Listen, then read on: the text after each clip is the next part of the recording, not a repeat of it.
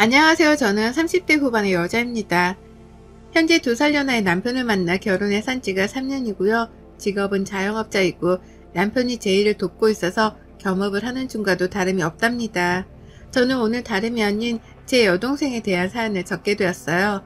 언니로서 이런 일에 동생을 끌어들인 것이 너무 미안하고 쥐구멍에라도 숨고 싶은데요. 이제는 동생도 우프하면서 웃어 넘겨주는 일이기도 하고 재미거리 삼아가며 대나무 숲에 고해보듯 털어놓고자 사연을 적어보게 되었습니다. 비슷한 일을 겪고 있는 분들이 계신다면 저처럼 똑같이 따끔히 행동해서 퇴치하시길 바라는 마음으로다가 아주 신랄하게 적어볼게요. 일단 제 여동생 그리고 제가 남편을 만나고 결혼을 하게 된 것까지에 대해서 소개를 해야 할 것 같아요. 제 여동생은 저랑 나이 차이가 조금은 나는 30대 초반이랍니다. 남의 눈에는 어른스러울 테지만 제 눈에는 아직도 영락없이 철없는 애와도 다름이 없어 보이죠. 어릴 적부터 제가 맞벌이를 하는 부모님을 대신해 동생을 키우다시피 했고 대학에 들어가고부터는 직접 공부까지 가르쳐가면서 이 아이를 키웠어요.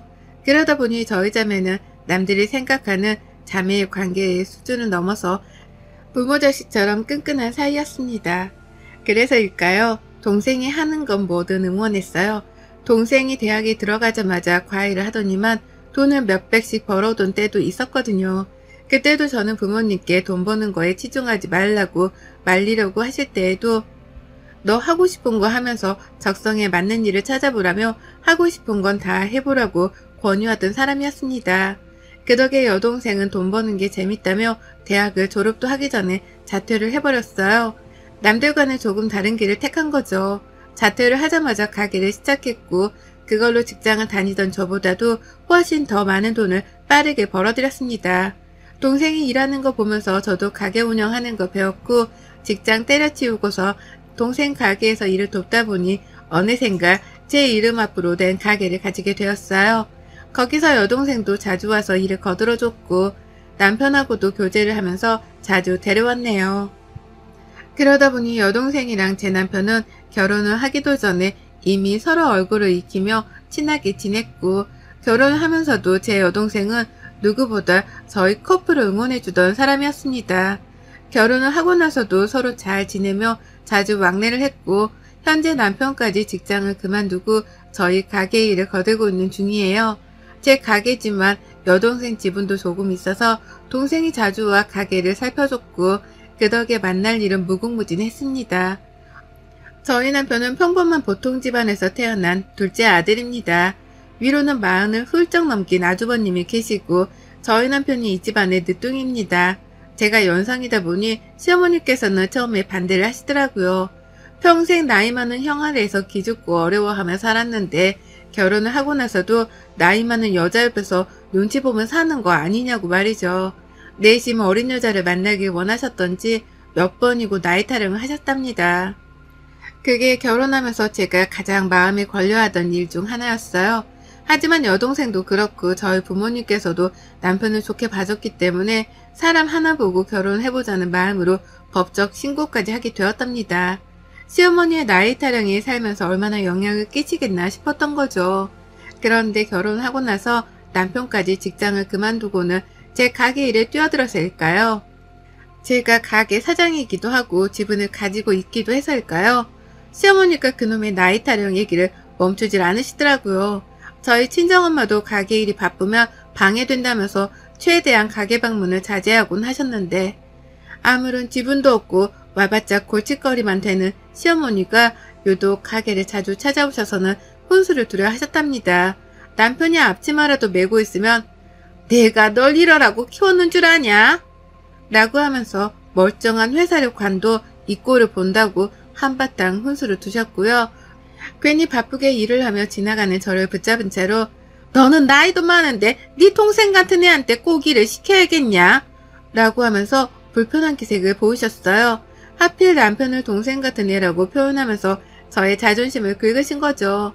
제 나이에 대해서 많다고 생각을 해본 적도 없었고 그냥 주어진 대로 잘 살다가 연하 남편 만나서 서로 사랑하며 사는 중이었습니다.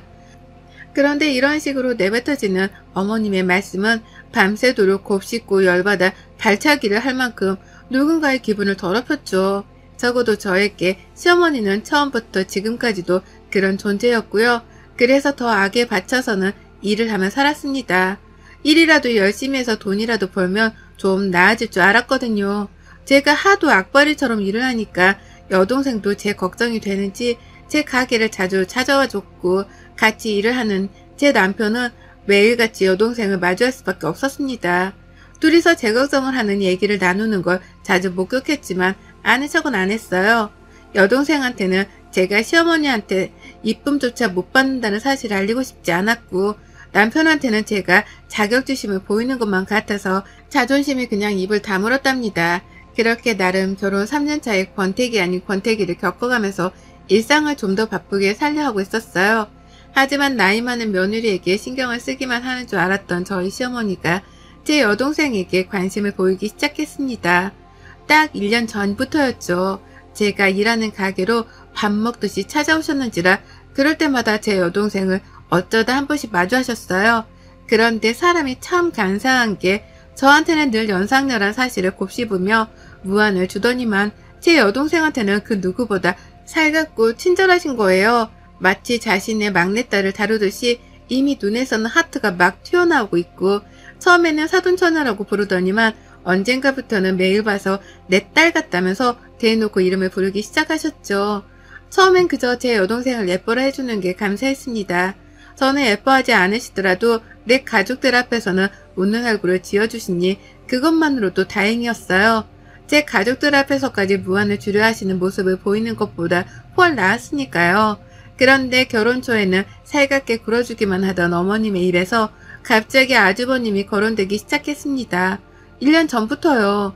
평소처럼 아유 우리 예쁜 수지 왔네 라고 하면서 살가로이 인사만 해주셔도 될 터인데 1년 전부터는 갑자기 그러더라고요. 아유 우리 예쁜 수지 내 며느리 하면 딱 좋은데 우리 수지한테 어울릴만한 사람이 하나 있긴 있는데 이거 소개를 해줘 말어 라고요. 처음 이 말을 들었을 때에는 주변에 어디 뭐 괜찮은 총각이라도 있는 줄 알았습니다. 그래서 누군데요? 주변에 누가 있었나요? 라고 하면서 제가 아는 사람인 건지 확인하겠다며 막 궁금해 했었어요. 그런데 어머님이 그러시더라고요. 누구긴 누구야 네 아주버님이지 라고요. 순간 속에서 소용돌이가 휘몰아 쳤습니다. 아주버님 나이가 곧 있으면 쉰이거든요.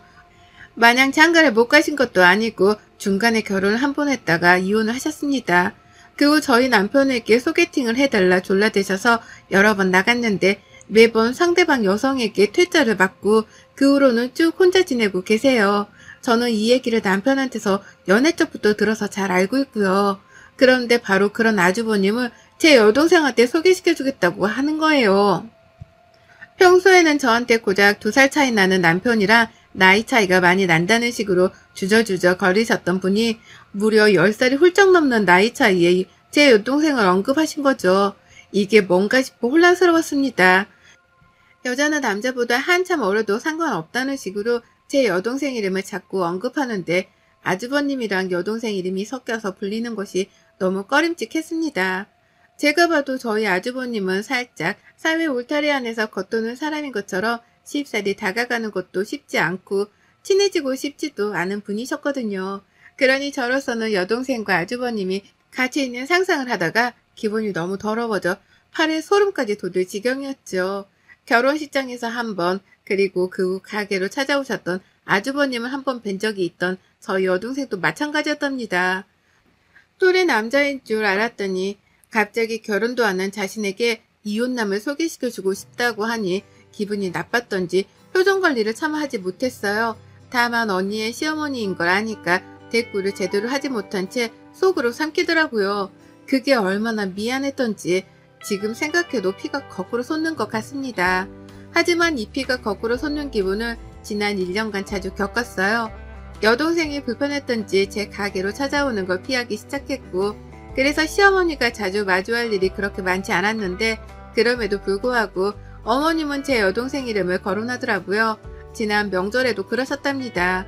여동생은 시집을 못 가서 명절에 부모님을 뵐 면목이 없지 않냐면서 괜히 시집을 빨리 보내야 한다는 말로 저를 떠보기도 하셨고요. 여동생이 그런 거에 관심도 없고 우리 부모님도 결혼하는 걸 가지고 재촉하는 분들이 아니라 설명을 해봐도 듣질 않았어요. 부모님 속마음은 그게 아니라면서 저보다도 제 부모님을 더 잘 아는 사람인 것 마냥 훈수를 두셨답니다. 그러는 사이 그 뒤에서 시부모님과 여태 합가를 해서 사는 중인 아주버님 표정을 봤는데 진짜로 제 여동생한테 관심이라도 있다는 표정으로 웃는 거예요. 와, 저는 정말 그 순간에 몽둥이라도 들고 있었으면 그걸로 온 가족들을 다 쫓아내려고 했을 정도로 분노가 활활 타올랐습니다. 아무도 제 여동생의 입장 따위는 이해해주려 하질 않았어요. 남편은 제 표정이 얼어가는 걸 보고 시어머니 입을 다물게 하겠다며 애를 썼지만 저희 시어머니의 입에서 나오는 훈수를 완벽하게 말릴 수 있는 사람은 시댁안에 아무도 없었답니다. 여동생한테 남자친구가 있다고 해도 젊은 친구라 언제든 헤어질 수 있는 거라면서 듣는 둥 마는 둥 하니 환장하기 딱 좋았죠. 시어머니가 벌써 치매라도 걸린 건가 싶었을 정도로 제 얘기는 정말 귓등으로도 안 들었답니다. 여동생도 싫은 티를 팍팍 냈지만 오히려 까탈스러운 게 젊은 사람인 티가 난다면서 좋아라니 변태인가 싶기까지 했네요. 하지만 용태도 1년을 버텨오면서 제 여동생을 나름 지키고 살았는데요. 이런 노력들이 모두 무용지물이 되어버렸어요. 아주 한순간의 작은 실수로 말입니다. 저는 모르고 있었습니다. 시어머니가 무슨 일을 꾸미고 계신지에 대해서 상상조차 못한 채 출근해서 일만 열심히 하고 있었는데요. 밖에서 가게 유리창 너머로 여동생이 울먹이며 들어오지도 못한 채 서 있는 거예요. 너무 놀라서 가게를 뛰쳐나가 얘 이름을 부르니 여동생은 진짜? 라고 하면서 짜증과 한숨을 섞어가며 눈물을 쏟아냈어요. 그리고는 곧 대성통곡까지 하겠구나 싶어서 제가 서둘러 동생을 가게 카운터 안에 데려다 앉혔죠. 자초지정을 설명해달라고 했더니 여동생이 말하더라고요. 언니, 내가 이런 말해도 형부랑 이혼 안 할 거지? 라고요. 이 말을 듣는 순간 시어머니가 바로 떠오르더라고요. 우리 시어머니랑 뭔 일이 있었구나 싶었습니다. 울기까지 하는 걸 보니 내가 방심한 사이에 또 결혼을 하라 마라 하는 문제로 동생을 건드린 건가 싶어 불끈했어요. 내 동생을 내가 혼내는 건 괜찮지만 남이 혼내는 건 그냥 참고 못 보잖아요. 제가 딱 그 꼴이었어요.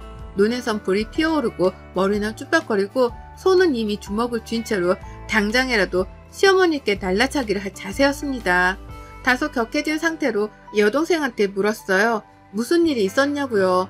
그러자 여동생도 생각할수록 어이가 없는지 생각하고 또 생각하다가 털어놓더라고요.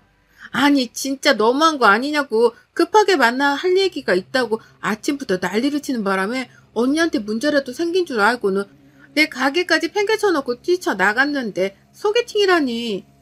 라고요. 무슨 소개팅이냐고. 누구랑 누구를 소개팅 한다는 거냐며 저도 흥분해 물으니 여동생의 입에서 튀어나온 말은 가관이었습니다. 나랑 형부 형, 언니 아주버님 라고 하면서 더 이상 못 참겠다는 듯 그제야 엎드려 숨까지 헐떡이며 울기 시작했어요. 생각할수록 기분이 나쁘다면서요. 내가 정신없이 뛰어갔더니만 앞에서 날 보고 웃고 있더라고. 나보고 뭐가 그리 좋아서 뛰어왔냐고 실실 쪼개는 걸로도 모자라 자리에 앉기도 싫은데 내 손을 잡아 끌더니 자리에 앉히는데 이게 도대체 뭐냐고. 라고 하면서 당시 상황에 대해서 설명을 하는데 저도 듣자마자 입에서 욕이 줄줄 튀어나왔습니다. 동생한테 거짓말로 꼬드겨 소개팅 자리를 만들어내서 불러낸 걸도 모자라 소개팅을 하기 싫어 자리에 앉지도 않고 돌아가려 하는 제 여동생을 강제로 앉혔다는 것까지 이 모든 것 저를 빡치게 하기에 아주 충분하다 못해 넘쳤고요. 전 당장 여동생 말을 더 듣지 못한 채 가게를 뛰쳐나갔어요. 뒤에서 여동생이 부르는데 듣지도 않고 가게를 내버려둔 채 당장 시어머니께 달려갔습니다. 하지만 시댁까지 찾아갈 일도 없었어요. 가는 길에 별다방이 있는데 거기 창가에 글쎄 시어머니가 앉아있는 거예요. 아주버님은 안 보이셨고 음료가 하나 있는 걸로 보아 혼자 찾아온 게 분명해 보였습니다. 뛰는 가슴을 진정시키며 가게 안으로 들어갔더니 어머님은 핸드폰 문자를 보내느라 제가 앞에 서 있는 걸 눈치도 못 챘어요. 하도 어처구니가 없어 어머님 뒤로 가선 문자를 들여다보기까지 했는데도 모르더라고요. 그 덕에 저는 어머님의 문자 대여까지 직접 두 눈으로 확인했습니다. 큰아들이라고 적혀있는 거 보아 상대는 아주버님이셨고요.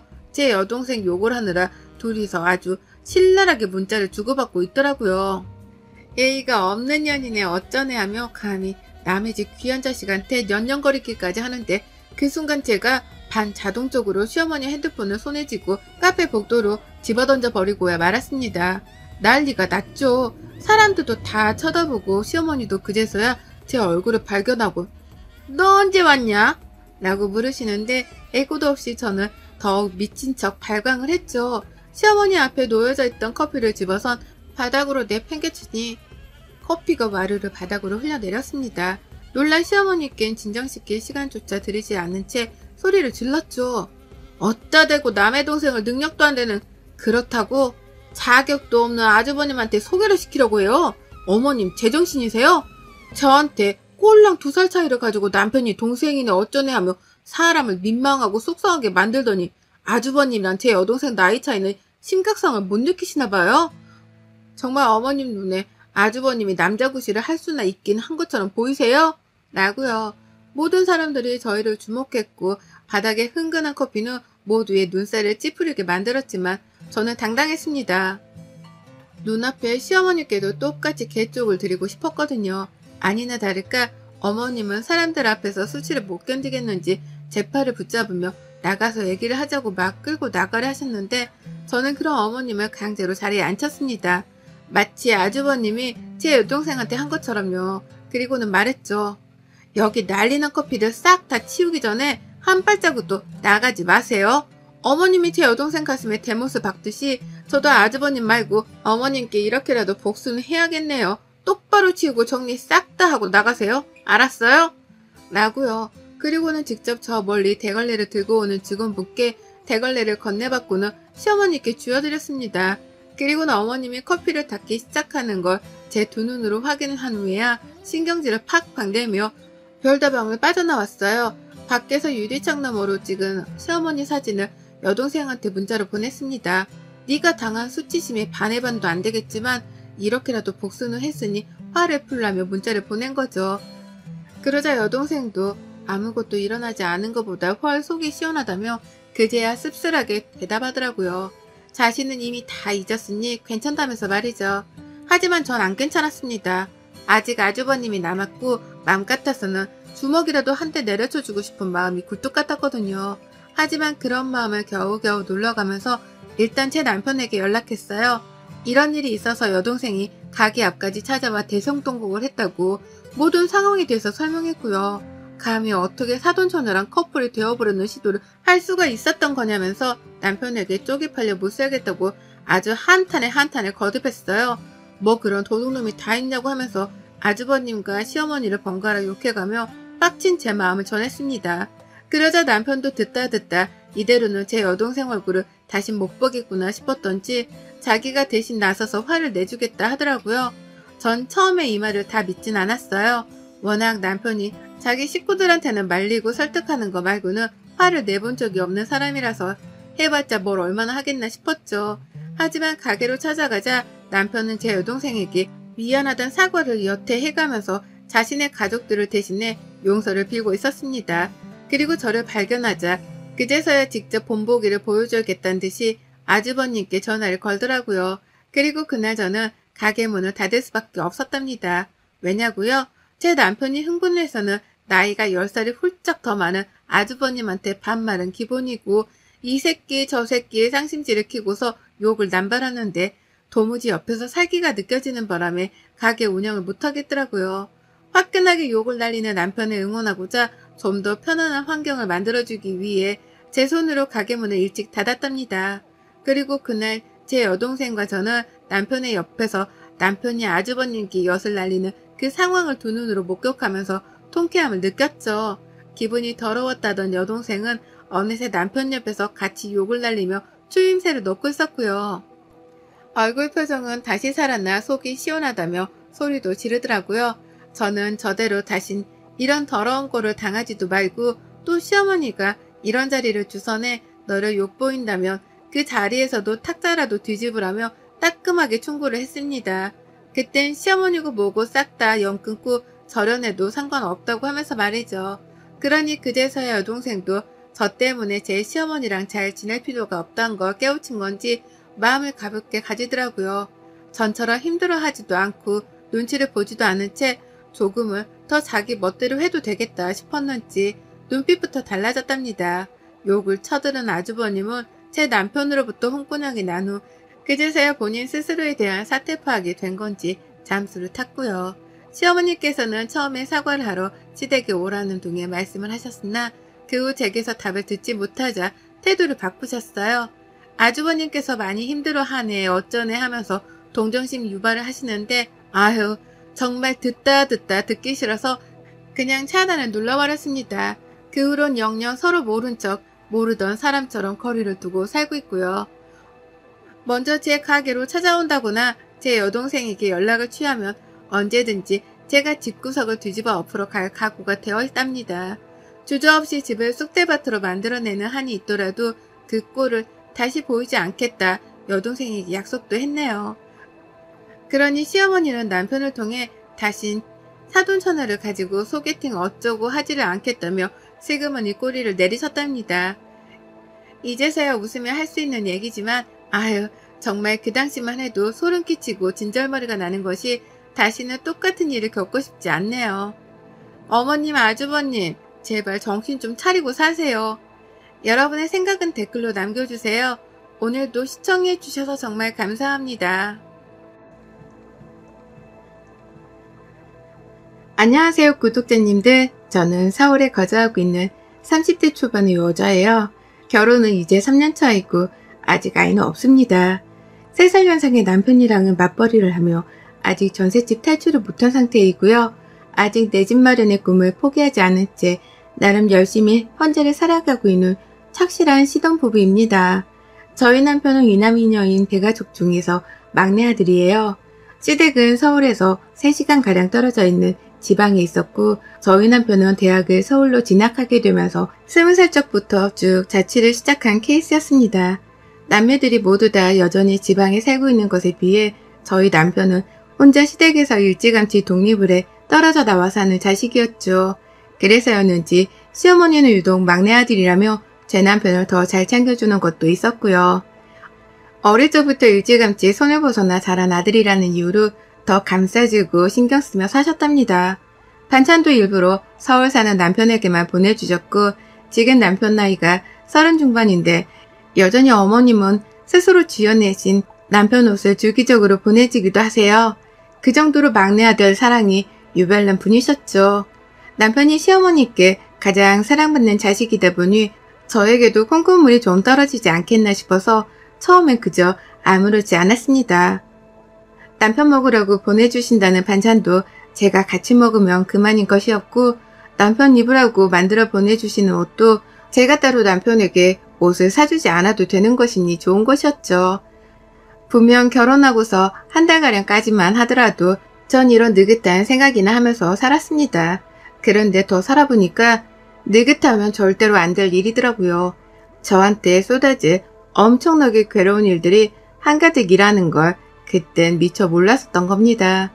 저희 어머님, 제 남편 사랑이 유별나긴 하셨으나 그렇다고 해서 저까지 유별나게 좋아라 해주시는 건 절대 아니셨습니다. 남편 먹으라고 반찬을 보내기는 하셨으나 제가 갑각류 알러지 때문에 잘 먹지 못한다는 게 반찬을 일부러 산더미처럼 쌓아보내주기도 하셨고요.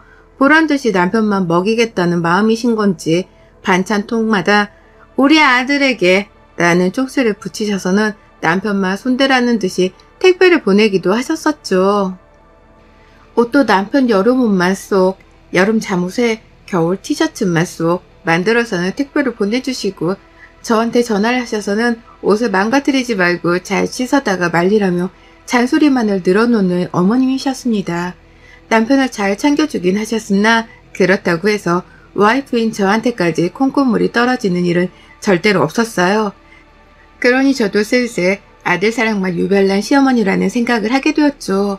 집안은 늘 반갑지 않은 시어머니의 반찬들로 쌓여가기 시작했고 다 제때 먹지 못해서 버리는 음식이 투성이었음에도 불구하고 어머님은 꾸준히 갑각류 반찬들을 산더미처럼 쌓아 보내셨습니다. 그래도 천만다행이었죠. 내 집을 자기 집처럼 드나들지 않는 게 어딘가 싶었거든요. 그것만큼은 끔찍해서 절대로 못 봐준다 싶었는데요. 세상에, 어머님이 저희 집에 오지 않는 대신 저희를 어머님 집으로 부르시더라고요. 3시간이 걸리는 시댁까지 한 달에 한 번, 많게는 2번이나 말입니다. 분명 말씀드렸듯이 저희 남편은 막내 아들이고 집안에 장남인 아주버님이 계셨는데요. 아주버님이 결혼을 하고 형님이랑 시댁 제사일이나 경조사에 손을 딱 놓는 바람에 시어머니와 형님 간의 갈등이 이만저만이 아니었어요. 제가 시집을 왔을 때에는 이미 그 갈등이 최고조에 달하는 중이었고요. 그렇다 보니 어머님은 장남 맏며느리 노릇을 해주지 않은 아주버님과 형님을 대신해서 저희 부부에게 기대를 걸기 시작하셨죠. 비록 막내 아들이지만 집안의 제사도 챙기고 며느리 노릇도 팍팍 해가면서 집안의 보탬이 되라고 말입니다. 막내 아들한테 잘 보이기 위해서 음식이나 옷을 가지가지 택배로 보내오셨던 건지 어머님은 슬슬 시댁으로 오라는 말을 부쩍 자주 하기 시작하셨고요. 남편은 어떻게 구워 삶으신 건지는 모르겠으나 매번 제사 때가 되면 남편이 먼저 자진해서 시댁을 가자고 저를 일으켜 세웠습니다. 한 달에 한 번씩 저희 부부는 회사에 출근하지 않는 소중한 주말에 시댁을 찾아가야 했고요.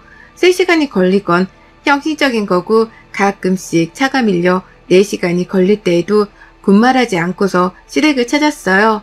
그렇게 가서 저는 시어머니가 제사 음식을 준비하라고 시키는 것들을 말끔히 해치워야 했고요. 제사를 다 지내고 밥 먹는 것까지 시부모님이랑 같이 하고 나서야 서울로 돌아올 수 있었습니다. 왕복 이동시간만 6시간 혹은 7시간이 걸리는 그 일정을 한 달에 꼭 한 번씩은 해야 했어요. 시어머니 생신이거나 시아버지 생신이 있으면 또 축하를 해드려야 한다면서 시어머니가 불러내셨고, 그러면 저희는 저번 주에 제사를 지낸다고 갔던 시댁을 또다시 주말이 되자마자 찾아가야 했답니다. 한 달이 고작 몇 번을 찾아가는 걸로 뭐 그리 스트레스냐고 하실 수도 있겠지만 한 달에 몇 번씩이나 3시간 거리의 시댁에 찾아가 시어머니를 대신해서 제사 일을 지내는 건 분명 고역인 일이었습니다. 내 친정 부모님도 결혼하고 그리 자주 뵙지를 못했는데 제사라는 노동을 하려고 시댁에 한 달마다 찾아가는 건 어처구니가 없는 일이었죠.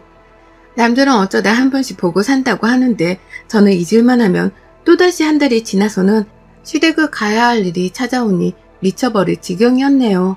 그걸 아는지 모르는지 남편은 늘 엄마가 허리가 안 좋으시대. 오늘은 감기에 걸리셨나봐. 드라이브 할 겸 갔다 오자. 라는 말로 저를 꼬드겼고요. 그렇게 저희 부부는 시어머니의 주도하에 남편의 합세로 시댁을 자꾸만 방문해야 했답니다. 그렇게 시댁에 가고 나면 본격적인 지옥훈련이 시작되었죠. 한두 번은 제사 음식을 같이 만드시더니만 언젠가부터 시어머니가 제사 요리를 하는 것에 손을 딱 놓아버리셨어요. 이제는 며느리가 혼자 해도 된다고 하시면서 저에게 모든 일을 떠맡겨버린 이유 때문이었죠. 처음엔 허리가 아프다거나 감기가 걸렸다는 핑계를 대면서 슬그머니 안방으로 들어가더니만 이제는 그냥 말없이 저를 부엌에 떠밀어 놓고서는 혼자 깎아먹을 과일들을 챙겨서는 곧장 거실로 가버리곤 하셨답니다. 가서 남편 입에 들어갈 과일을 깎아주며 그저 좋아라 웃고 떠들어대기만 하셨죠. 그러다가 제 표정이 조금이라도 금방 폭발할 듯 화가 나 있으면 그제서야 양심이 있으셨는지 아프다는 소리를 하며 또 안방으로 슬그머니 들어가 사라지셨고요. 무슨 짓을 해도 저를 돕겠다고 다시 부엌 안으로 들어오는 일은 없었습니다. 그 바람에 저는 3시간이 걸리는 짧지 않는 드라이브를 해서 시댁까지 간 걸로도 모자라 바로 제사 음식을 차려내겠다며 부엌 안에서 내내 서 있어야 했죠. 평생을 저희 집안 제사도 제대로 거들어 본 적이 없는 저였는데 시집을 오자마자 팔자에도 없는 제사 음식을 만들어내기를 하며 고역이 이만저만이 아니었습니다. 하지만 소용이 없었네요. 남편의 눈에는 시어머니가 가장 힘없고 불쌍한 약자였기 때문에 저 따위는 보이지도 않는 듯 했거든요. 그저 자기 엄마가 힘드니까 우리가 도와줘야 한다는 말을 반복하며 절 시댁으로 데려오는 남편도 제 눈엔 시어머니만큼 미운 놈이었답니다. 그러니 전 어머님의 입맛대로 어머님이 드시지 못하는 매운 음식이나 반찬들을 골라내서 제사 음식을 만들어냈고요. 어쩔 땐 어머님이 먹고 싶다는 음식을 만들어 제사 음식에 또 올리는 등 하여간 어머님의 입에서 만들라고 나오는 음식만을 만들어내느라 손이 늘 분주했어요. 이럴 거면 차라리 시어머니가 조상님들 옆에 앉아서 같이 제사 음식을 드시는 게 낫겠다 싶을 정도로 어젠가부터 제사상은 시어머니의 입맛대로 굴러가기 시작했습니다. 참을수록 화가 배로 커지는 심정이었죠. 누구 하나가 나를 건드렸다가는 언제 어떻게 터져버릴지 모른다는 생각이 늘 머릿속에 차있기도 했고요. 그렇게 고생은 고생대로만 하다가 제사를 다 끝마치고 집으로 돌아가는 길, 그 3시간은 또 나름의 다른 고통이었답니다. 내 일을 도와주려 하지도 않는 남편을 향한 원망, 그리고 시어머니께 또 당하고 돌아가는 길이라는 비참함에 제 스스로가 견딜 수 없었거든요. 이러려고 시집으로 왔나 싶고 내 소중한 주말이 왜 이딴 식으로 망쳐져야 하는 거냐며 남편이랑 한시름 싸움을 하고 나서야 주말이 진짜로 끝이 났습니다.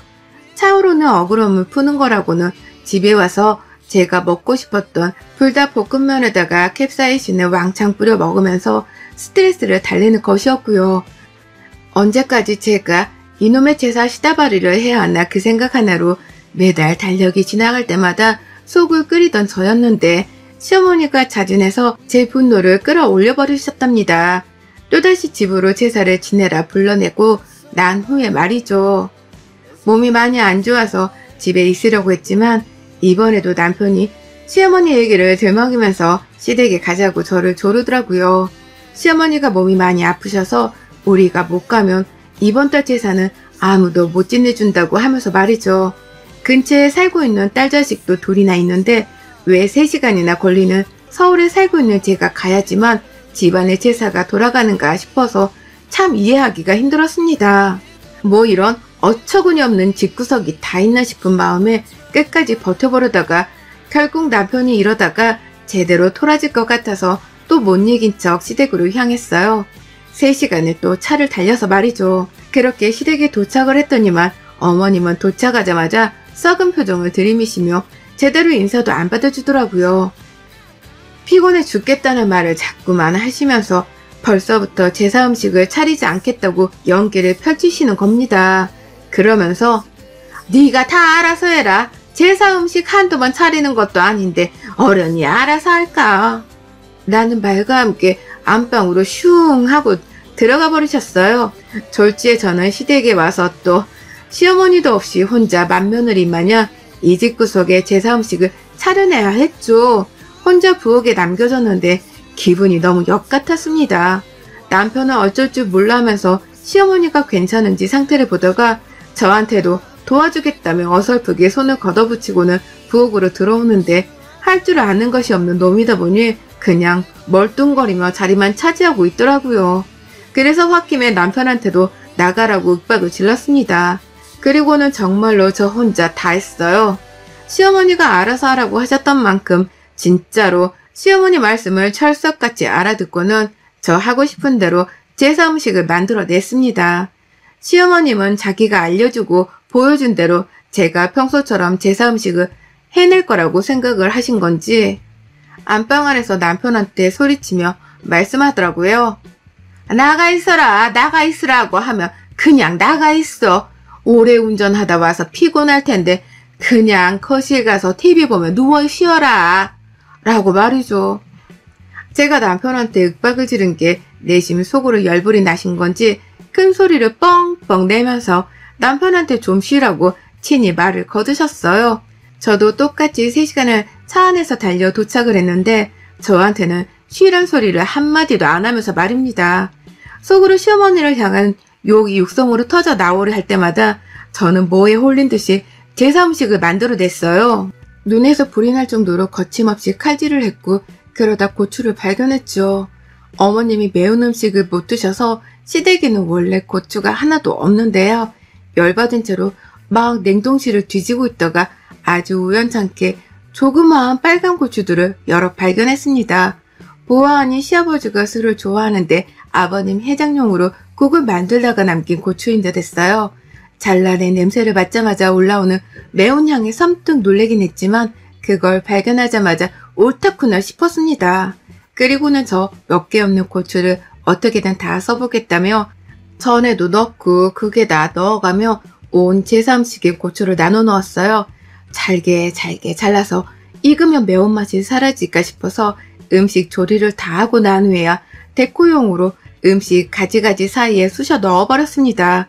제 눈에는 딱 봐도 고추들이 곳곳에 서려 있어서 매운 냄새나 향이 저도 모르게 올라오는 중이었는데요. 남편이나 시아버지 그리고 시어머니의 눈에는 그게 하나도 보이질 않는 건지 아무도 눈치를 채지를 못하더라고요. 그렇게 저는 어머님 말씀대로 제 마음대로 제사상을 차려냈고요. 제가 혼자서 생고생을 해가며 만든 음식으로 저희 시댁은 그날의 제사를 모두 다 치러냈습니다. 평소처럼 시어머니는 제가 음식을 다 차려냈다는 말을 듣고 나서야 안방을 슬그머니 나오셨고요. 그렇게 나와도 제사 음식 옮기는 걸 한 번도 도와주려 하질 않은 채 편안히 제가 해내는 일을 지켜보기만 하다가 시아버지와 함께 제사를 치르셨죠. 그래봤자 아버님이 주도하는 제사를 옆에서 지켜보는 게 전부이긴 했지만 말이죠. 그리곤 대망의 식사 시간이 찾아왔습니다. 아무것도 하지 않은 주제에 시어머니는 뭐가 그리 힘드셨는지 죽는 소리를 해가면서 상 앞에 앉더라고요. 그리고 전 특별히 고추가 많이 들어간 전과 국을 시어머니 앞에 내려놓고는 드시라고 드렸어요. 시어머니는 아무것도 모르고 자리에 앉자마자 괜히 음식을 한번 훑어보더라고요. 전 모양이 좀 삐뚤어졌다느니 국 안에 든 두부 크기가 제각각이라서 보기 별로라느니 하면서 한마디씩 거들며 음식에 핀잔을 놓았습니다. 그리고는 한 숟갈씩 음식을 입에 가져다 대기 시작하셨죠. 전 어머님이 뭔 말을 하더라도 상관없었어요. 엿먹으라고 내가 직접 음식 안에 넣어둔 매운 고추들이 한가득인 걸 안다는 사실만으로도 제 속에서는 승리의 환호성만이 터져 나왔으니까요. 그리고 아니나 다를까 시어머니는 제가 제 마음대로 차렸던 제사 음식들을 먹다 말고 맵다고 난리를 치기 시작하셨습니다. 숨을 헐떡이면서 아니 근데 이게 원래 이렇게 매운 음식인가? 라는 말로 갸우뚱하며 음식을 드시더니만요. 이기고 매운 걸 제대로 씹어버린 건지 아니 여기다가 고추를 넣은 거야? 그게 어디서 났길래? 라며 저를 향해 바로 시뻘개진 얼굴로 노려보기 시작하셨어요. 차마 화를 내고는 싶으나 속에서 차오르는 매운맛들이 감당이 되질 않았던 건지 어머님은 매운 걸 어떻게든 가라앉히겠다며 바로 숟가락을 집어 국물을 뜨셨는데요. 국물 속에도 들어있는 화한 매움이 차올라 어머님의 입안을 감당이 안 되도록 만들었죠. 시뻘개진 얼굴로 땀까지 삐죽거리며 흘리기 시작한 시어머니는 내가 이 나이 먹고 매운 음식 감당되는 줄 아니? 아휴 누가 물 좀 갖다 줘. 나 주고 물 좀 줘. 라면서 흥분한 채로 소리를 지르기 시작하셨고요. 남편이 허겁지겁 가져다주는 물을 마시면서는 급기야 맵다고 눈물까지 흘리더라고요. 땀은 비 오듯이 쏟아지고 있었고요. 그러다 어머님이 겨우 한마디를 내뱉으셨습니다. 제사상에 누가 고추 올리래? 라고 말이죠. 더 말을 못하셨지만 눈으로는 저를 조길듯이 노려다 보시는데 저도 홧김에 할 말은 해야겠더라고요. 그래서 대답을 했습니다. 아주 명쾌상쾌 통쾌하게 말이죠. 제 마음대로 차리라면서요. 그래서 제 마음대로 좋아하는 고추 팍팍 넣고 차렸는데 뭐 문제 있어요? 라고 말입니다. 시어머니는 말을 잊지 못하셨어요. 어떻게 마음대로 하랬다고 고추를 이렇게 넣어서 맵게 만드냐며 목턱까지 하고 싶은 말이 많은 듯 보였지만 끝내 말을 잊지는 못하신 채 기가 막힌다며 한숨만 죽어라 하시더라고요. 물은 벌컥벌컥 마시다가 화장실에 가고 싶었던지 급하게 화장실 안으로 주량량을 치셨고요. 그리고 나서 주변을 살펴봤더니만 시아버지며 남편이며 고래 싸움에 새우등이 터져서는 다 같이 땀을 뻘뻘 흘리며 음식을 잡수고 있었습니다. 음식이 매운데 요리를 한 제 앞에서 뭐라 말은 못하고 있다가 시어머니가 맵다고 먼저 터지고 나서야 하나둘 물을 나눠 마시면서 그제서야 지들 몸에서 나오는 땀을 닦아내더라고요. 그 와중에도 남편은 어찌나 찌질하게 시어머니 눈치에 제 눈치까지 보면서 땀을 닦아내던지 확 그냥 마음 같아서는 집에 있는 고추랑 고추는 싹 다 싸그리 주워 담아서 던져버리고 싶었답니다. 저는 혼자서 아랑곳하지 않고 밥을 먹었어요. 저는 매운 음식을 좋아해서 그런지 아무것도 저를 힘들게 하는 것도 없었습니다. 오히려 화한 것이 올라오는 게 평소보다 더 맛있다며 더 즐겁게 제사 음식을 먹었네요. 이런 제 앞에서 시어머니는 궁시렁대며 결국 밥상에서 먼저 일어나셨고요. 나중에 들어보니 화장실 안에서 코까지 푸는 건지 코푸는 소리를 내면서 깊은 한숨을 쉬고 계시더라고요. 급기야 새밥을 가지고는 도로 밥상 앞으로 오셨다가 제가 숨겨놓은 고추가 들어있는 전을 한번 잘못 드시고서는 조상님이 놀래서 살아 돌아오시겠다 라고 하면서 놀라서는 부엌으로 달려가셨답니다. 먹던 걸 바로 뱉겠다면서 말이죠. 그렇게 시어머니는 결국 제가 차린 제사상을 먹겠다고 밥상으로 다시 되돌아오지를 못하셨어요. 먹던 걸 뱉겠다고 부엌으로 가버리시자마자 입을 싹 헹구고는 말도 없이 안방으로 기어 들어가 버리셨죠. 보통 같으면 아픈 척을 하면서 일을 안 하겠다고 들어갔을 안방이었는데요. 이번에는 제가 만든 음식으로 엿을 단단히 드시고 난 후 완전 패배를 인정하고는 입까지 다무신 채로 도망을 치신 것이었습니다. 그런 시어머니 태도에 저도 이번 싸움의 승리를 확신했고요. 먹는 걸로 이러는 게 많이 치사하다는 걸 너무나 잘 알고는 있었으나 먼저 치사한 방법으로 며느리를 구워 삶으로 하셨던 시어머니를 향한 분노가 더 컸기에 이번 일은 쌤쌤이 치기로 했답니다. 절대로 고추를 많이 넣어 죄송하다고 사과를 드릴 생각도 없었고요. 저는 혼자 말끔히 밥을 해치워 먹고서는 시어머니가 드시지 못할 것 같으니 내가 챙겨가겠다며 남은 음식들까지 싹 다 들고서는 시댁을 나왔어요. 시댁에는 거실 한복판에 덜 치워진 제사 음식들과 상차림으로 여전히 널브러져 있었는데요. 저는 그걸 치울 생각도 하지 않고 남은 음식들을 마저 다 싸다가 바로 집을 나와버렸습니다. 매운 거 먹고 빡친 시어머니 성질을 더 건드리지 말라는 말로 남편까지 회유를 해서는 그냥 불이 났게 시댁을 나와선 집을 돌아왔어요. 남은 주말을 어떻게든 1분 1초라도 더 잘 보내기 위해서 말이죠. 집에 돌아오고 나서야 시어머니께는 문자 한 통을 보냈습니다. 음식으로 또 장난치는 꼴 보기 싫으면 앞으로는 음식을 나눠서 하든지 같이 하든지 일을 공평하게 나눠서 분담하자고 말이죠. 직장 생활하면서 주말에 3시간 걸리는 시댁까지 왔다 갔다 하는 게 쉬운 일인 줄 아냐면서 장문의 문자 한 통을 보냈어요.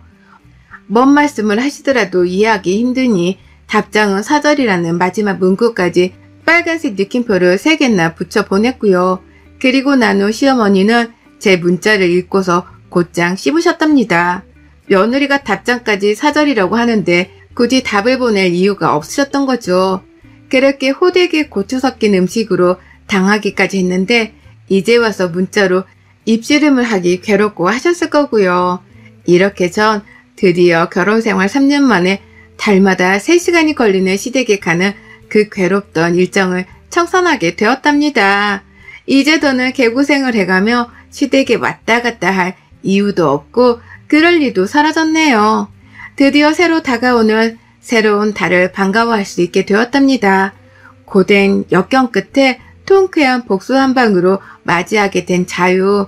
앞으로 쭉 누리며 살 겁니다. 여러분의 생각은 댓글로 남겨주세요. 오늘도 시청해 주셔서 정말 감사합니다.